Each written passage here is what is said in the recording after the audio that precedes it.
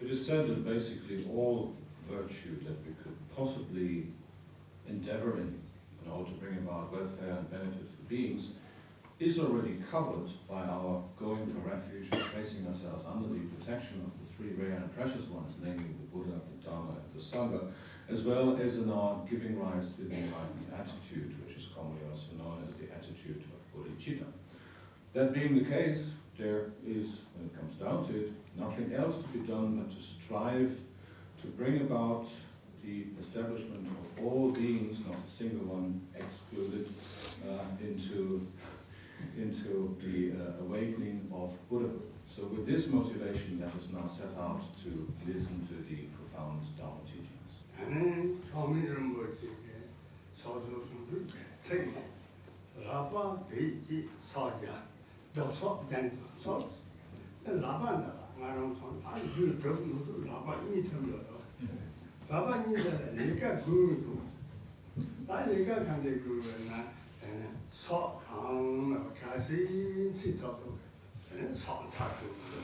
Dharma continues to say, make use of your hands with regular practice of 100 prostrations. Now, for the most part, we all do have two hands, and these ought to be used in a beneficial way. These ought not to be idle. So what could one do with one's hands? As Kamachakma advises, we could use them to bring about virtue by way of offering prostrations. Kamachakma mentions 100 prostrations here, but by all means let it be known that we could do innumerable prostrations if we wish so. So therefore, this would be one way of using one's hands in a beneficial way to bring about virtue.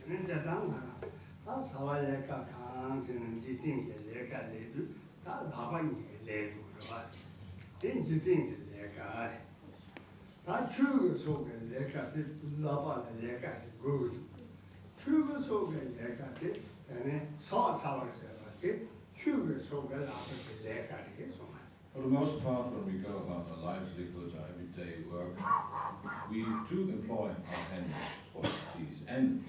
For the most part, these are activities, the benefits of which are rather temporary and rather limited. If we were to use these hands of ours in such a way as to bring about benefit and welfare and merit that is inexhaustible, that is truly beneficial not only for ourselves but for many, then indeed we could use our hands in such ways as to pay homage, as to perform prostrations, as to perform all sorts of Dharma-related activities.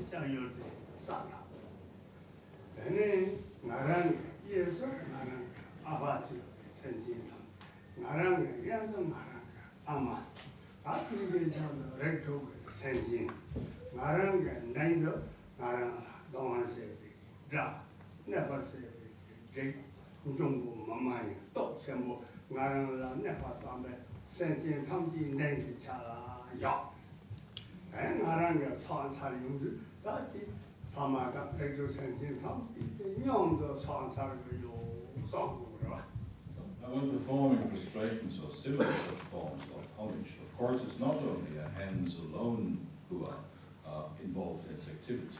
Our hands are a part of the whole process of, for instance, offering prostrations. And when doing so, we do not simply perform prostrations for the sake of prostrations. We would also imagine to perform these prostrations, perform these various types of homage in front of something. To that end, you would imagine the sources of refuge to be truly present in front of you in space. You would imagine all Buddhas, Bodhisattvas, representations of the Dharma and the Sangha. You would imagine all lamas, all root and lineage lamas, as well as all Yidam deities, and of course also all Dharma protectors and guardians. To those you would go for refuge, towards those you would offer your prostrations, you would pay homage to them. And you would again do so not alone, or at least you would imagine not to do so alone. You would imagine that you would be surrounded by all sorts of beings. On your right hand, you would imagine your father of this life. On your left hand, you would imagine your mother of this lifetime. Surrounding you would be all other sentient beings which invariably have been your loving, kind mothers and fathers in previous lifetimes. And in front of you, you would imagine all of these beings who you would consider enemies, who are possibly harm bringers, harm doers, spirits, demons of whatever sort you could possibly imagine. As you would then proceed with your prostrations in front of these sources of refuge, you would imagine how not only you alone do so, but how all of these beings do so together.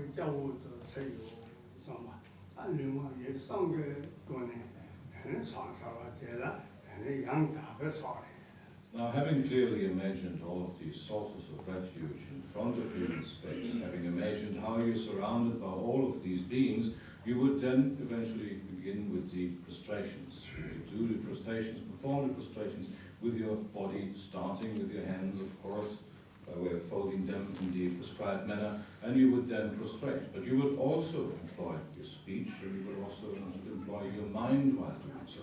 So the whole of body, speech, and mind are being involved in this prostrating, in this placing, in this paying homage to these sources of refuge.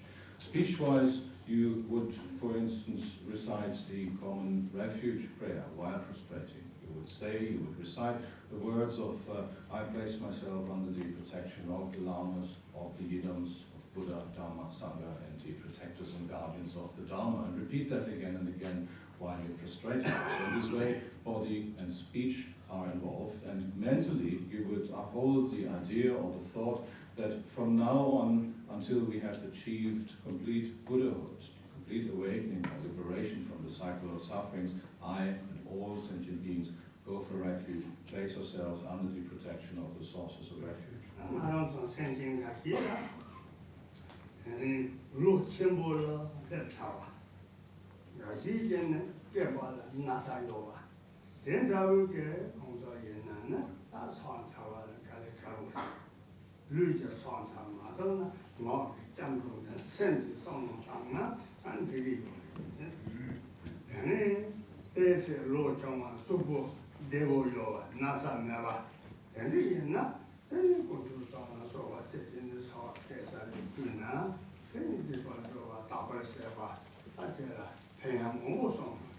Now, of course, there might be elderly practitioners among us who are just not able to physically prostrate anymore, to perform these prostrations on a regular basis. Or there might be such people who have strong back pains or any other such ailment which preclude them from performing prostrations. However, they could still repeat the refuge prayer, they could still repeat the mental wish to bring about the awakening of Buddhahood for the sake of all beings, and practice in this way. However, for all of those among us who are able-bodied, we would indeed be well advised to occasionally train ourselves in this particular form of homage, a way of performing prostrations, repeating the refuge prayer, etc., as Rinpoche has just described.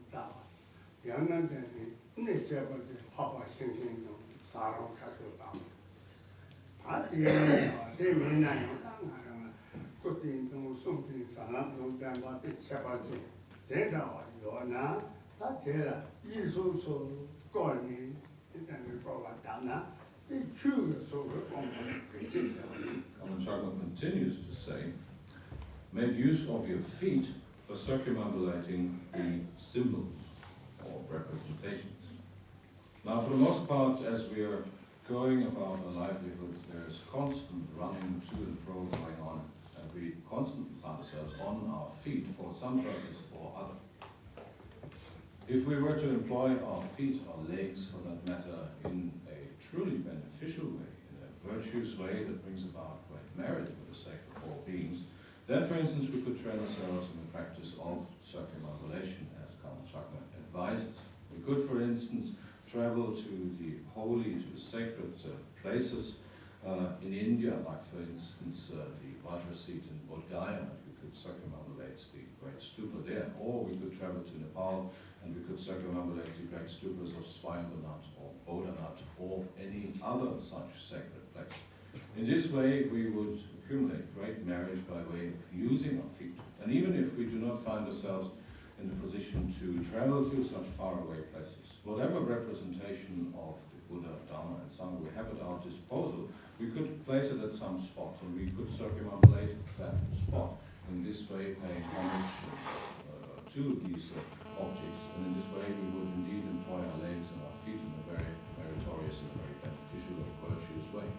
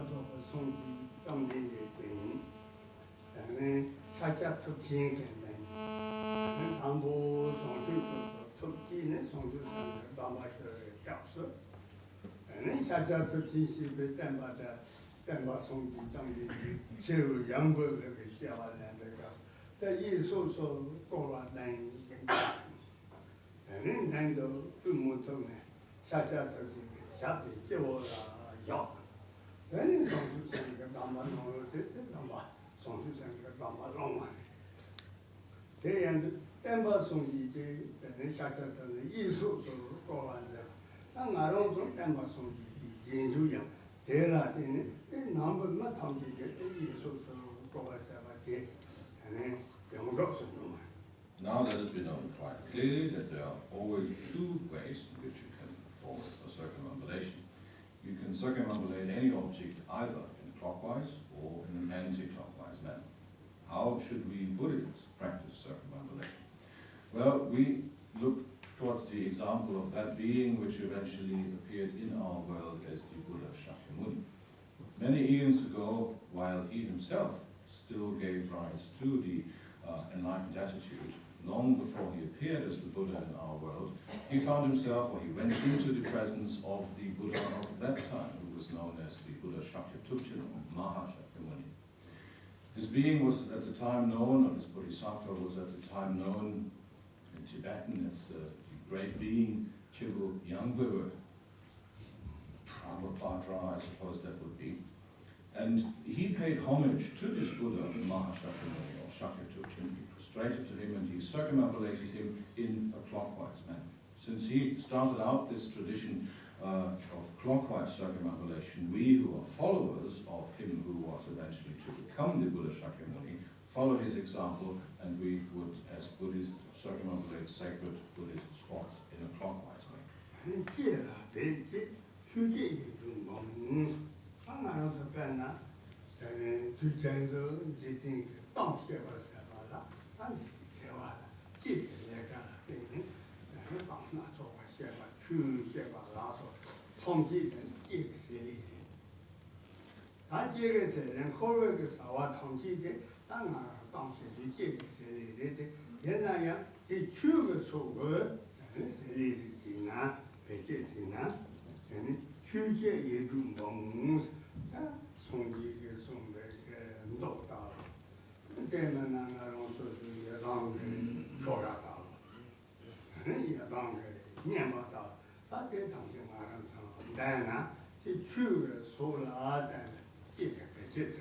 Now, on top of our hands and feet, we have yet another organ that could possibly be employed in a virtuous way, which is none other but our tongue.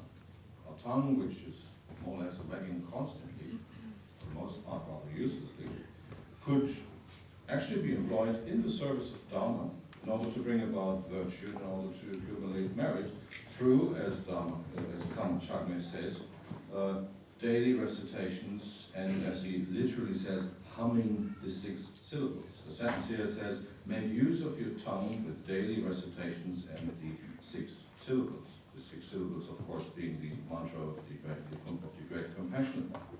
We could employ the repetition of these syllables, or we could repeat other mantras. We could train ourselves in the recitation of our individual practice texts, or whatever meditational deity we have chosen to train ourselves in, etc. So in this way, we could employ this tongue of ours in a virtuous way, in a beneficial way, and make it an instrument for the further accumulation of merit and the performance of virtuous acts.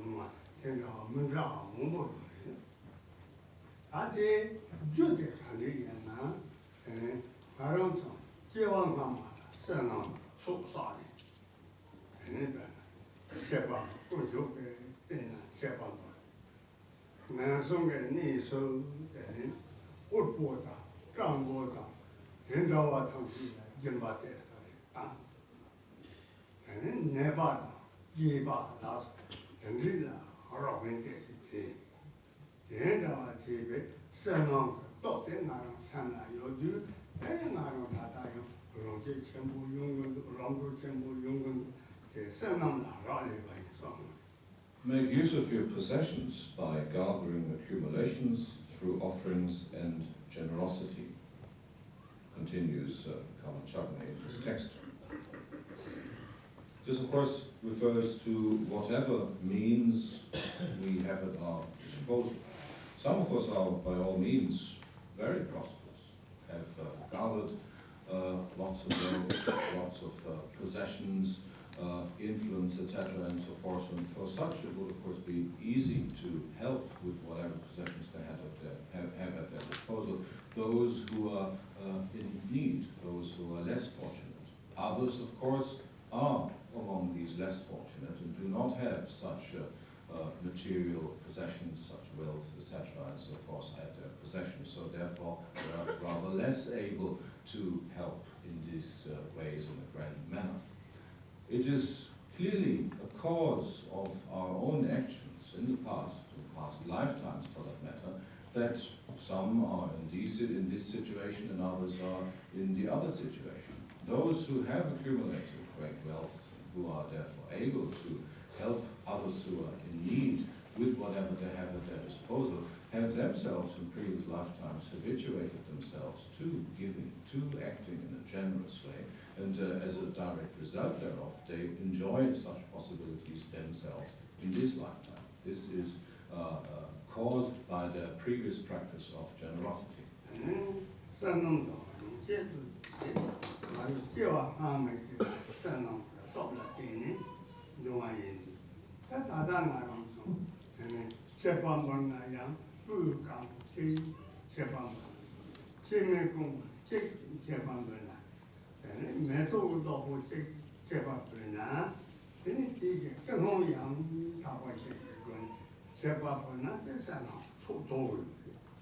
Whatever wealth, whatever prosperity it might be that we enjoy in this lifetime, clearly is a result of our previous virtuous practice of, for the most part, generosity.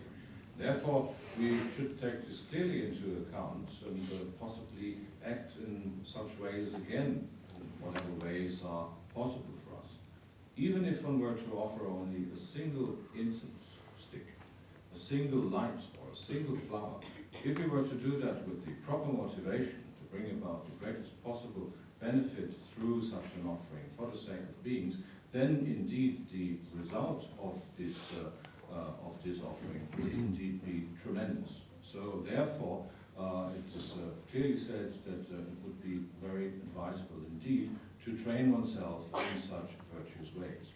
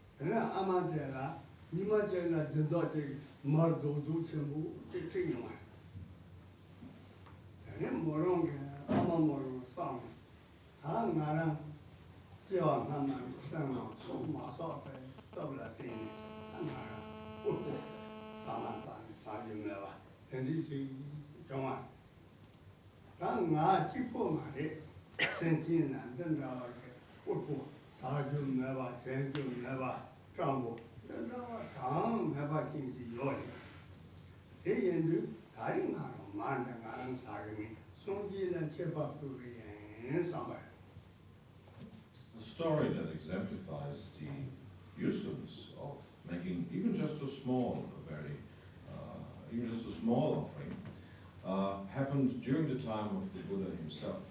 While the Buddha and his assembly of monks and students was near the northern Indian city of Vaishali, the people there, in welcoming the Buddha, had prepared an offering, a great offering of lamps, oil lamps, or butter lamps for that matter. Now in that city also was an old lady, an old beggar woman who was utterly destitute, even to the point that she had to go and beg for her daily food because she had nothing whatsoever at her disposal. Every day she had to go out, walk the streets, and beg for whatever little food she could be given. As she was on a begging round also while the Buddha was in the neighborhood, it happened that one day a merchant gave her a sizable lump of fat or butter. And she thought to herself, I could eat this butter, but I won't, because it is clear that the situation which I'm suffering through these days, my utter poverty, is caused by my not having accumulated any merits, any positive merits in the previous lifetime. Therefore, now, rather than eating this butter, I would rather offer it to the Buddha. And this she then proceeded to do.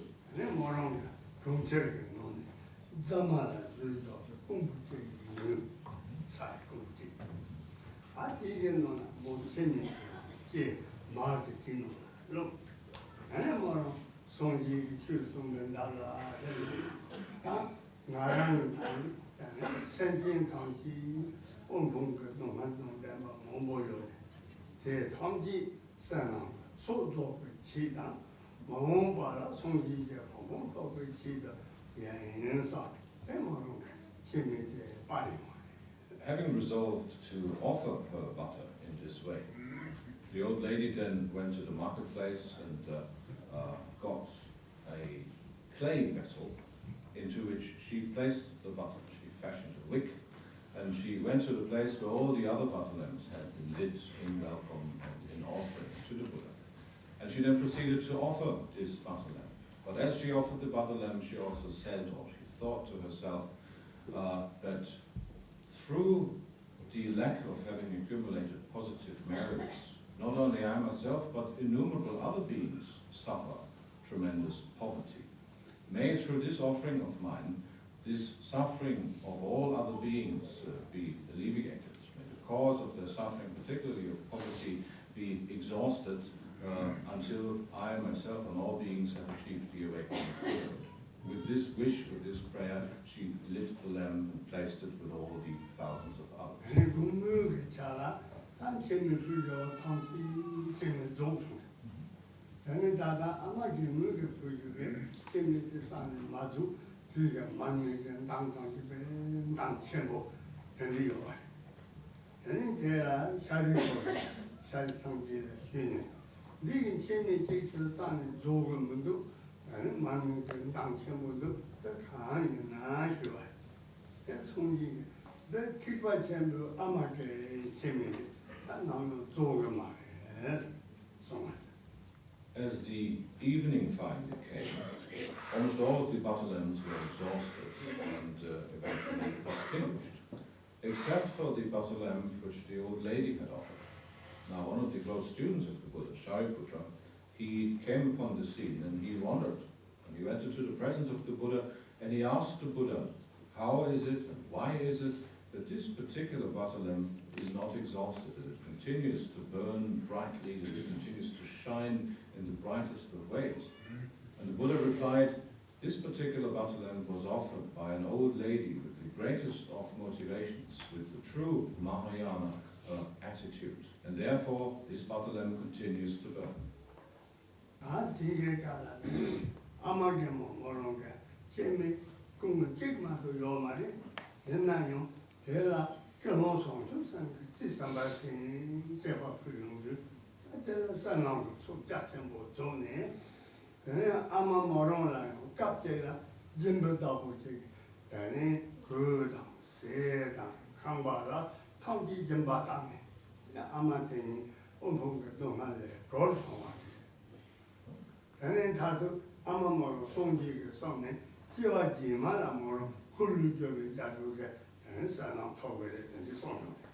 Even though this old lady had nothing else at her disposal but this simple little butter lamp, fashioned out of the butter she had received in a simple clay vessel and a wick. However, she offered this butter lamp with the greatest, the best of all possible motivations. And the immediate result of this was that eventually she came upon a person, a sponsor, who offered her all the livelihood she could possibly need, who offered her clothes, who offered her a house for that matter, so that in this lifetime, as a result of this small offering, which was however performed with the greatest of motivations, her suffering of poverty was completely alleviated, completely eradicated.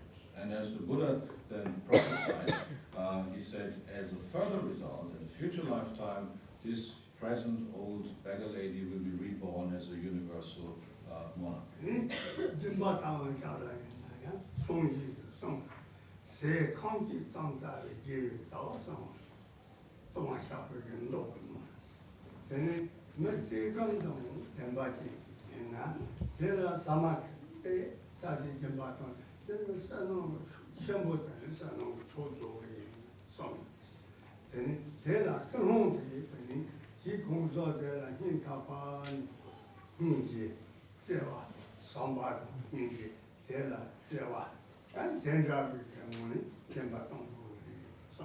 The Buddha has talked time and again on the great benefits of practicing generosity towards those in need.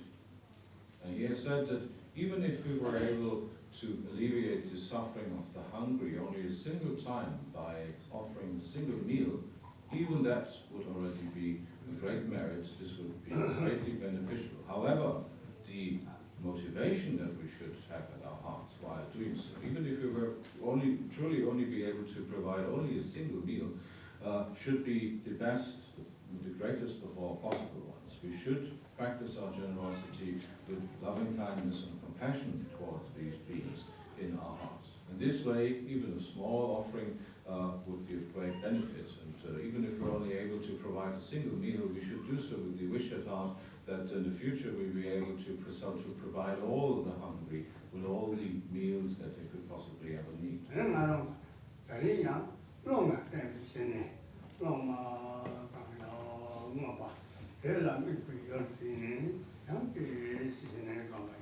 At this point, let us again train for it in peaceful resting or shamatha, shina meditation for that matter. Let us employ this particular method of shina meditation in the course of which we focus ourselves on the breath at the tip of our nose as we naturally inhale